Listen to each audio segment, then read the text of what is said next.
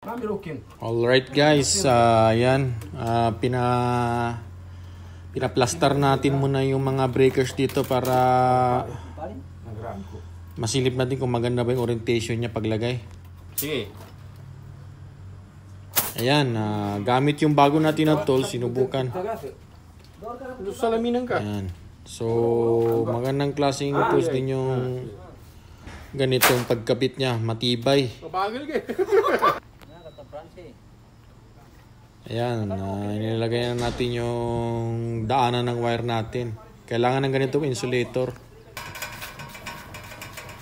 Napaka-importanting may insulator yung mga wire natin guys para hindi mabulok at hindi maarawan yung mga wirings natin. Ayan na. Pinapatransfer ko lang sa truck yung mga panels natin. Ayan. Bifacial itong nakuha natin na panel guys. Ayan. Pinapalagay natin ng mabuti. Ayan o. Ayan po yung solar panel natin na bifacial. 600/05. 600 watts. Ang laki-laki ng harvest. Ang ganda ng harvest nito. Yung pagsubok ko sa setup. Ayan. Same lang din ang laki niya pero yung capacity niya is 600. N-type yan siya na solar panel. 20 pieces na. Ayan, 20 pieces. Solar panel natin. Ayan, kinagandahan ito guys. Same lang ang laki doon sa 555 natin kinukuha dati. Ito siya, malaki lang capacity niya, 605. Ayan, kinakabit na natin yung mga railings dito para makita natin yung orientation ng pagkabit ng solar. So, medyo natagalan lang tayo dahil umuulan. Maganda talaga magkabit ng solar panel sa mga bubong kapag ang type ng bubong is yung mga steam type lang kagaya ganito. Yung malawak lang. Para hindi mahirap paglagay. Ayan na. Mamaya yan, iakit na natin.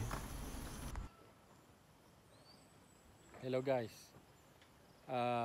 Ongoing yung installation natin dito na 10 kilowatt grid tie rin. So, medyo natagalan tayo naglagay ng panel dito sa taas dahil umulan. So, ayan, basang-basa na kami. Plaster muna namin yung mga railings para pag-akit namin ng solar panel, makita na namin yung orientation ng solar dito. Ayan. Ganyan talaga.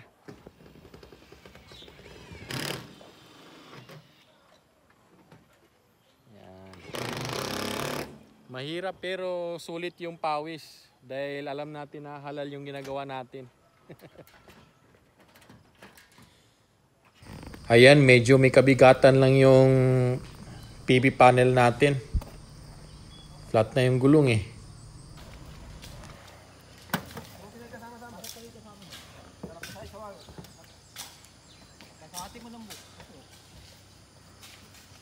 Ayan guys. Ngayon pa kami nakaakyat ng mga PV panels natin dito. Dahil wala nang ulan. Ayan, nakaplastar na yung iba.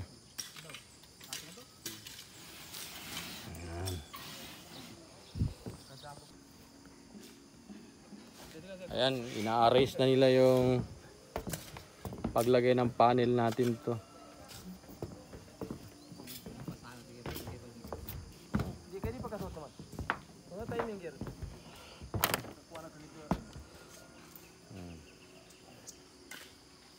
Na-arrange na. Meron pa tayo dyan.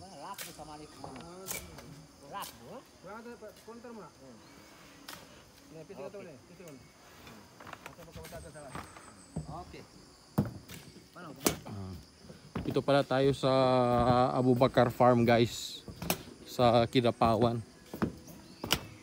Ayan, ongoing pa yung mga ibang building dito, construct. So ayan, dyan yung swimming pool nila.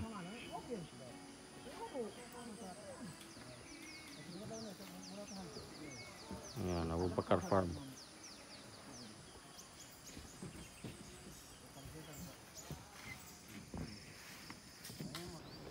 Alright guys, isang successful na rin na 10 kilowatt ang na-install natin dito sa Abu Bakar Farm sa Kidapawan, Nuangan, Barangay Nuangan. Ayan. So commissioning na lang, papaanda rin na lang natin yung inverter. Ayan. Ayan, ganyan. Ayan. Pantay-pantay yung mga paglagay ng panels.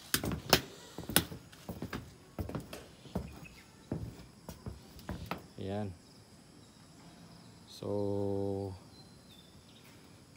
ayan. So punta na kayo dito sa Abu Bakar Farm Resort guys. At magandang mga swimming pool, mga pambata, mga hotels, infinity hotel, infinity pool, andyan na lahat. So sa ngayon marami pang ginagawa dito.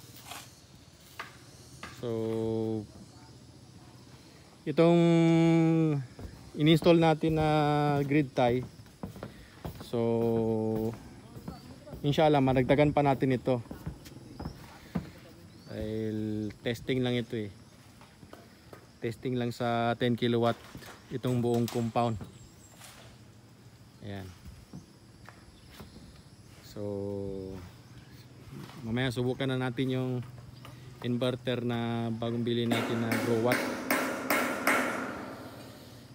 Sige, baba tayo.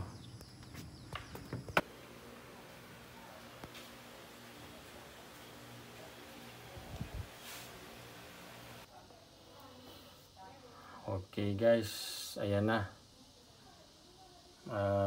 Pinaandar natin itong grow watt. So hindi ko muna tinakpan itong mga breakers natin. Yan, nag-counting pa muna siya, 10 seconds. Ayan.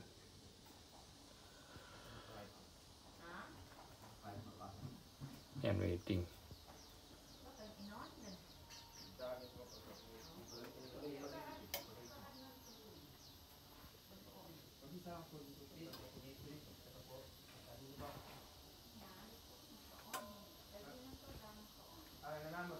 Yan na siya, waiting pa.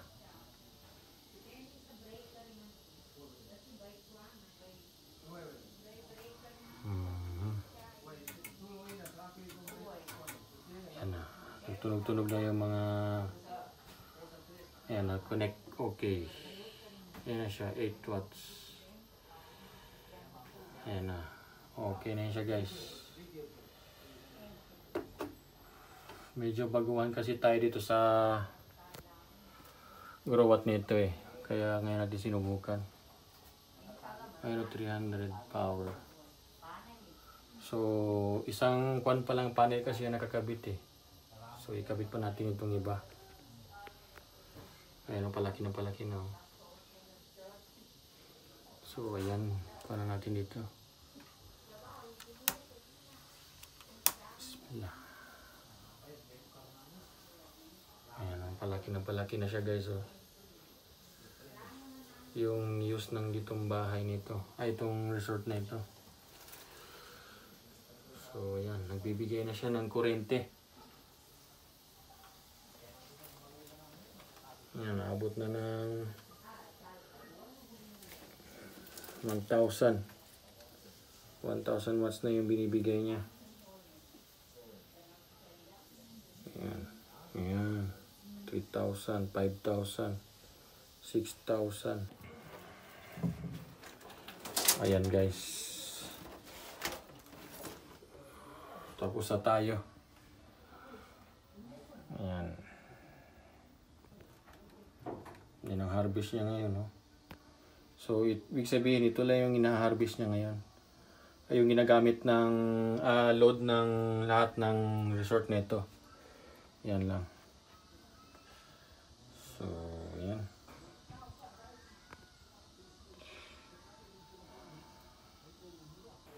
Ayan. So, ayan na guys. Tapos na yung installation natin ng 10 kilowatt dito sa Abubakar Farm Resort. So, ayan. Active na yung mga kuha natin dito. Yung panels natin. Ayan.